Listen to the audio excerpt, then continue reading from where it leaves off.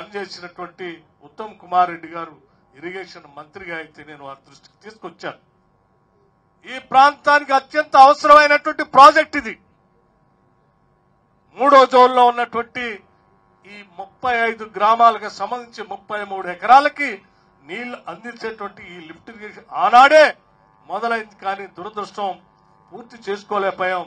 దీని మీద శాంక్షన్ చేయాలి అని అడిగినప్పుడు వెంటనే వారు తిరిగి ఉత్తమ్ కుమార్ రెడ్డి గారు ఇరిగేషన్ మంత్రి అయిన తర్వాతనే దీనికి మోక్షం కలిగి ఫైలు చకచకా నడిపించి అనేక రకాలుగా సర్వే చేపించి దీనికి కావలసిన నిధులు పెద్ద ఎత్తున అవసరం అయినప్పటికీ కూడా వారు ప్రత్యేక శ్రద్ధ తీసుకొని దీనికి శాంక్షన్ చేసి ప్రాసెస్ చేసి పంపించారని చెప్పడానికి నేను చాలా మధుర ప్రాంత ప్రజలందరి తరఫున సంతోషించడమే కాదు, వారికి ధన్యవాదాలు కూడా ప్రత్యేకంగా తెలియజేస్తా ఉన్నాను.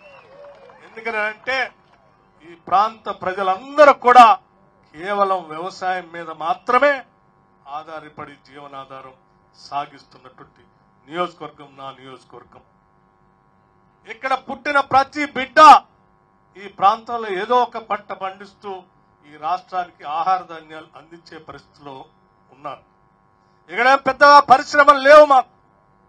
ఈ ప్రాంతంలో వ్యవసాయ రంగానికి పనికొచ్చేటువంటి వాటిని అభివృద్ధి చేస్తేనే ఈ ప్రాంత ప్రజలు అభివృద్ధి చెందడానికి అవకాశం ఉంటుంది. వారి అభివృద్ధి కోసం అవకాశం కోసం ఇక్కడ ఉన్నటువంటి ప్రతి నీటి బొట్టుని ఒడిసి పట్టుకొని ఈ ప్రాంత రైతాంగ సోదరులకు అందించాలనేటువంటి ఆలోచనతోనే ఈ 3 నదుల పైన ఉన్నటువంటి జలాల్ని కిందికి వృధాగా సముద్రంలోకి పోనీయకుండా ఆనకట్టల ద్వారా ఈ ప్రాంతానికి అందించాలనేటువంటి ప్రయత్నంలో భాగంగానే గతంలో మేము మొదలుపెట్టినటువంటి ప్రాజెక్టులు పూర్తయ్యాయి. కొన్ని నడుస్తూ ఉన్నాయి.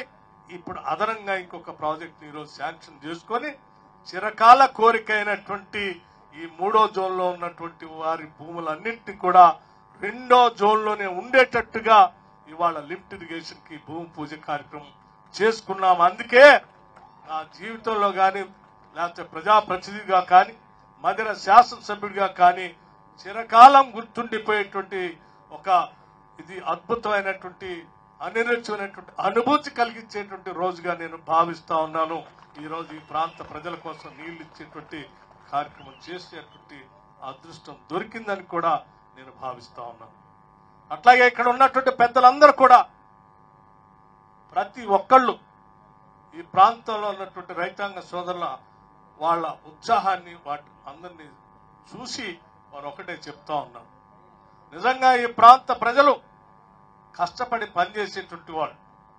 కష్టపడి పనిచేయటమే కాదు, ఆనాడు 10 సంవత్సరాలు ఈ జిల్లాలో ఏ శాసనసభ్యుడు లేకపోయినప్పటికీ కేవలం నాతో ఉన్నటువంటి మిగిలిపోయిన కేవలం ఒకే ఒక్క పోడెం వీరయ్య గారిని ఒక్కడిని ఎమ్మట పెట్టుకొని 10 సంవత్సరాలు కాంగ్రెస్ పార్టీ కోసం ఈ జిల్లాలో పోరాటం చేస్తే ఏ శాసనసభ నియోజకవర్గంలో ఉన్నటువంటి శాసనసభ్యులు లేకపోయినా ప్రతి కాంగ్రెస్ కార్యకర్త ఆయనే శాసనసభ్యుడిగా భావిస్తూ కాంగ్రెస్ పార్టీ జెండాని భుజాన్ని వేసుకొని రెపరెపలాడిస్తూ మళ్లీ తిరిగి ఎన్నికలు జరిగే వరకల్లా 10కి 9 శాసనసభ స్థానాల్ని గెలిపించినటువంటి నాయకులు కార్యకర్తలు బలంగా ఉన్న ఈ జిల్లా నిజంగా సెల్యూట్ చేయాలని ఉత్తమ్ కుమార్ రెడ్డి గారు చెప్పినప్పుడు నిజంగా నాకు సంతోషం అనిపించింది.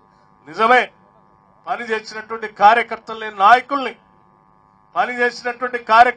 నాయకుల్ని గుర్తుంచుకొని వారి అభివృద్ధి కోసం ఆలోచన చేసి ప్రణాళిక తయారు చేసి పాలన ముందుకు చేసుకుంటే నిజమైనటువంటి ప్రజా పరిపాలన అనిపిస్తుంది. ఆ పాలనలోతోనే ఈరోజు ముందు కొనసాగుతున్నామని కూడా మీ అందరికీ నేను సవినయంగా మనవి చేస్తూ నేను మరొక విషయం కూడా చెప్పదలుచుకున్నాను.